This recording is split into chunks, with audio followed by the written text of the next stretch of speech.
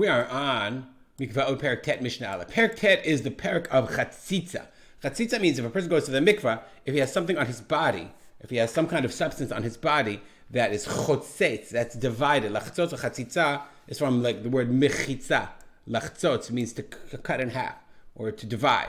So something that divides between the person's body and the water. We're going to see between an item in the water, a piece of clothing, or a vessel in the water. So what's considered a chatzitza? Because we all know on our bodies we always have all kinds of foreign substances. I can have a scab, or I can have a plaster, or I can have a Band-Aid, or all kinds of things.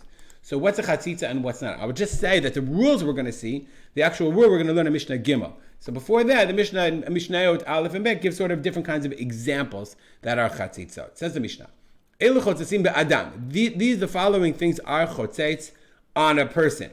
What are they? Chutei tzemer v'chutei pishtan, strings of wool, strings of flax, v'haritzuot she'berashei abanot, and the strips that are on the berashei. All of these are the berashei abanot, meaning all these things are things that girls or women tie to their hair as either hair extensions or some kind of decorations or adornment. We've all seen girls, they do it. They tie strings to their hair, or they in order to extend, in order to beautify themselves. Okay, shabanot bekalot behem se'ar berosham, they weave them into their hair. Vehen mehudakot bese'ar sheberosh, and they mahadek, they stick. Mahadek means they stick to the hair, meaning they cling very tightly. Umonot hamayim dikanes bese'ar, and then they prevent the water from entering. Meaning, when you go to the mikvah, you have to dunk your whole body in the mikvah. Your whole body has to touch the water of the mikvah. And if you have chutim, if you have strings that are tied to the body or to the hair in a certain way, they prevent the water from reaching all of the hair. Rabbi Yehuda says, Yehuda, shel tzemer v'shel se'ar einam chotzetzim. The strings of tzemer, of wool, and se'ar, and made of other hair, are not chotzetz.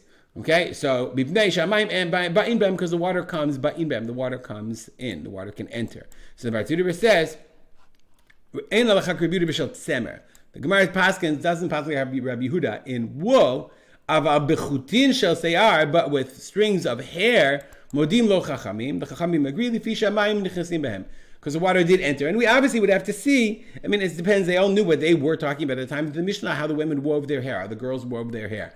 So you'd have to actually see, is it something that was loosely tied or heavily tied? But he adds something interesting. These are strings that are in the hair of al shel tzavar, but they wore strings around their necks. And girls nowadays do this. They'll weave themselves these little necklaces. That's not a chatzitza. Why? A woman doesn't choke herself. Meaning it's not tightly clinging, it's just around the neck, and therefore that's not a chatzitza. We'll stop here. I dedicate our learning to memory of my father, Arav Simcha ben Yitzchak Kalman. Make it a great day.